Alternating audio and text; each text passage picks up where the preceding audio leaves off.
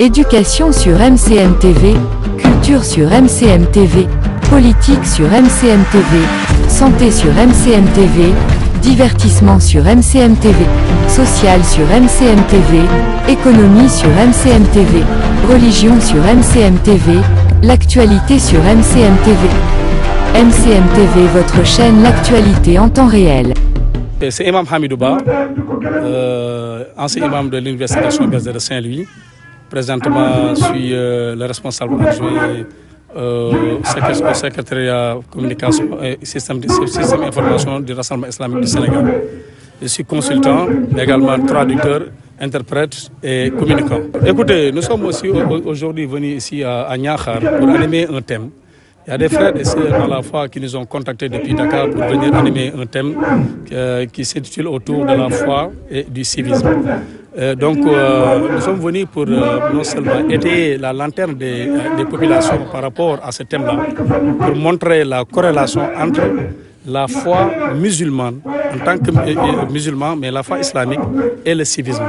Pour montrer qu'un bon musulman ne peut pas être un musulman sans pour autant être un bon citoyen. Parce que vous savez, la notion de civisme, c'est une notion que les gens parfois vraiment convoquent et qui pensent que c'est similaire à la notion de la citoyenneté. Par contre, il y a une nette différence entre la citoyenneté et le civisme. Autrement dit, la citoyenneté, sa préoccupation s'arrête uniquement sur la notion de citoyen en tant que personne. Mais par contre, le civisme, c'est le civisme qui nous dit et qui nous montre le citoyen modèle, le citoyen conscient, le citoyen exemplaire et le citoyen responsable. Donc, en tant que musulman, on nous dit que le musulman ne peut pas être musulman sans pour autant être un bon musulman, un bon modèle par rapport à ses semblables. Lorsque le prophète nous parlait du bon comportement, quand il parlait de la bonté, il disait que al-birru husnul khuluqi, la bonté, c'est le bon comportement. Alors qu'on te dit que pour être un bon citoyen, un citoyen modèle qui incarne le civisme, tu dois être quelqu'un qui doit être vraiment un exemplaire par rapport à tes semblables. Tu dois être quelqu'un qui incarne la générosité. Tu dois être quelqu'un vraiment qui attire les gens vers toi. Quand on te voit, automatiquement on s'en détend qu'il y a quelqu'un qui est là, mais quelqu'un qui est vraiment quelqu'un de bon, mais quelqu'un avec qui on peut vivre sans pour autant avoir des problèmes. Donc, basant vraiment sur ces deux caractéristiques de la foi en islam, mais également du civisme comme mondain, automatiquement on peut dire qu'il y a la symbiose. On peut faire la corrélation entre les deux. Il y a un autre hadith plus explicite par rapport à ça. Lorsque le prophète nous parlait de la foi en islam, quand il parlait al-iman, bid'un wa sab'una shu'ba. Iman, la foi constitue 70 branches. Fa'alaha qawla la ilaha illallah. La branche la plus élevée, c'est le fait d'attester qu'il n'y a de Dieu qu'Allah subhanahu wa ta'ala. La ilaha illallah, ça c'est la foi. Il dit que wa adnaha, la branche la plus basse, c'est le fait de trouver un obstacle sur la route, sur le chemin, et vous l'écartez. Donc vous avez vu la corrélation entre la foi musulmane, mais également entre le civisme. On ne peut pas vraiment faire, comment dirais-je, on peut pas les dissocier les deux. Et comment reconnaître les qualités d'un bon musulman? Donc il y a les caractéristiques. Tantôt de dire la vérité. Effectivement, il y a les caractéristiques vraiment qu'un musulman doit incarner. Donc c'est de se garder de l'équivoque, tout ce qui est nuancé, tout ce qui est flou. Le musulman vraiment doit faire de son maximum possible pour ne pas vraiment entrer dedans. Ça c'est de un. Mais il faut être pudique. Mais la pudeur, lorsque le prophète nous disait que al-iman shu'batun min al-haya shu'batun min al-iman, la pudeur fait partie de la foi. Donc un musulman doit être pudique, doit avoir la pudeur. Et on nous disait également que le prophète était plus pudique qu'une fille vierge.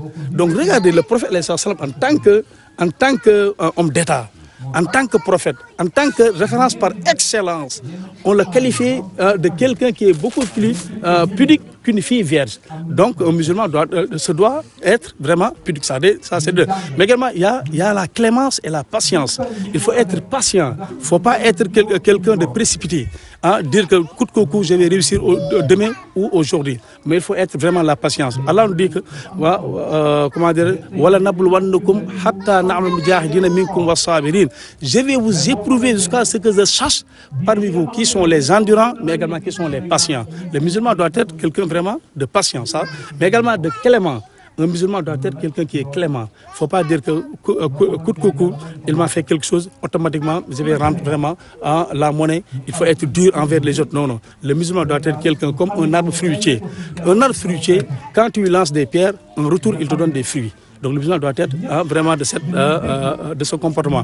Mais également, le musulman doit être quelqu'un avec qui on peut vivre, c'est-à-dire autrement dit un bon voisinage. Lorsque j'ai parlé tout à l'heure d'Abdallah Moubarak, Abdallah Moubarak c'est quelqu'un qui était de bon, quelqu'un avec qui on pouvait vraiment commercer sans pour autant avoir des problèmes. Donc lorsque son voisin voulait vraiment vendre sa maison, automatiquement il a évalué la maison coûtait 15 millions. Mais il a dit que je ne vais pas vendre la maison à 15 millions, mais je vais vendre la maison à 30 millions grâce à Abdallah Moubarak.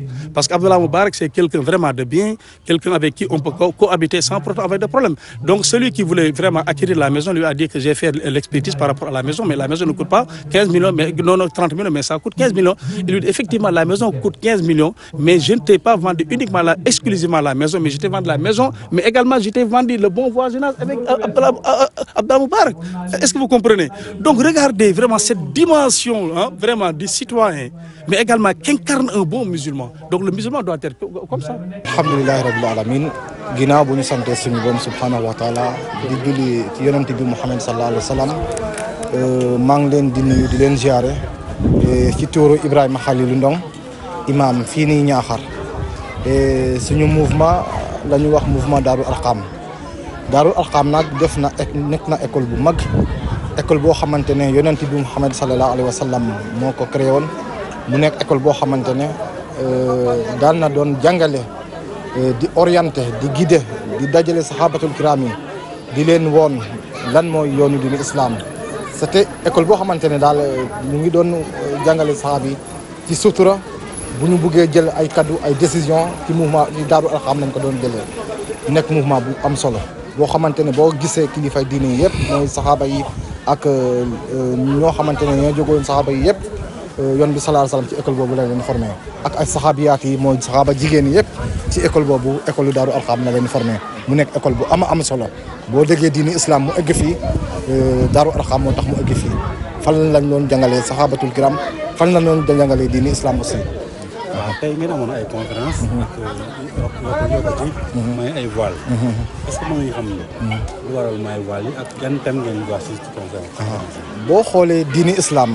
Tey le 8 mars nekk journée bu mag journée de la femme ñu profito pour sargal jigéen yi tànn ay ndaw ay xale yu jigéen ñoo xamante ne jàngal na leen diine boo pare lan mooy njëriñu voile parce que voile dañ ko jàppee comme folklore voile dafa nekk farata voile dafa nekk loo xamante ne farata obligatoire jullitu jigéen dafa war a muuru ñun nag ñu jëloonu décision boo xamante ne décision islamique la dinañ liggéey surtout lu jëmee jigéen yi di tabaxale ay jigéen yoo xamante ne ay ndaw lañu ñu am yar ñu am tegin ñu am diine islam pour jigéen yooyu ëllëg ñu nekk des femmes de référence loolu moo nekkoon suñu jubluwaay tey boo ñu jël une douzaine de femmes wala une quinzaine de femmes may leen ay voile orienté leen lan mooy voile islam ban matuwaay jigéen bu baax la war a jël pour nekk une femme de référence dans la société actuelle loolu moo nekkoon suñu jubluwaay ci voile bi tey. Actuellement seen projet suñu projet yemul Ñaaxar yemul Fatick mais ci Sénégal lañ visé pour que Sénégal am une vision large ci diine tabax ay ndaw yoo xamante ne dinañ tabax leen ci jom tabax leen ci yar tabax leen ci tëggin tabax leen ci diine islam loolu mooy suñu objectif mais nag am nañu yaakaar am nañu yéene ne ñu ngi ci liggéey bi. yemuñu nag ci Daarul Arqam seulement mais tous les activités yoo xamante ne mu ngi participer ci développement socio-économique du pays ñu ngi ci participer incha allahu rabbi. à part diine bi école bi ci lan la yëngu. à part diine bi école bi ci lan la yëngu. à part diine bi bari na ay activités yoo xamante ne ñu ngi koy def des veillées islamiques mooy dem ci benn kër boo xamante ne ñu ngi def ay benn gonal yoo xamante ne dañuy choisir ay thèmes di jàngale xale yi di jàngale jigéen yi bépp activité boo xamante ne ay maye ten dañ ci yëngu ay tabax juma dañ ci yëngu nit am jafe-jafe wala am ay bor mënu koo fay itam dañu concerté waa mouvement bi jël matuwaay pour tabax fayal ko bor boobu ñun daal lépp loo xamante ne daal mu ngi sargal doomi aadama mu ngi xettali doomi aadama pour doomi aadama yi gën a nekk à l'aise dans la société gën a nekk à l'aise to du am benn jafe-jafe ci biir dundam ñu ngi ci activité wu ñu ngi ci activité wu bu baax a baax. ci biir mbaar mi yéen a ngi doon ñaan monsieur le maire mu may leen terrain. waaw ñun suñu objectif mooy tabax ay ndaw yoo xamante ne dinañ jàng dinañ xam seen diine to pour ñu am loolu il faut que ñu am benn internat bu mag internat islamique boo xamante ne dinañ tabax ay xale yoo xamante ne dinañ nekk ambassadeur diine islam ëllëg loolu moo tax ñu sollicité maire bi ak gouvernement bi ñu jàppale leen fii nii Niakhar pour ñu am une institut islamique.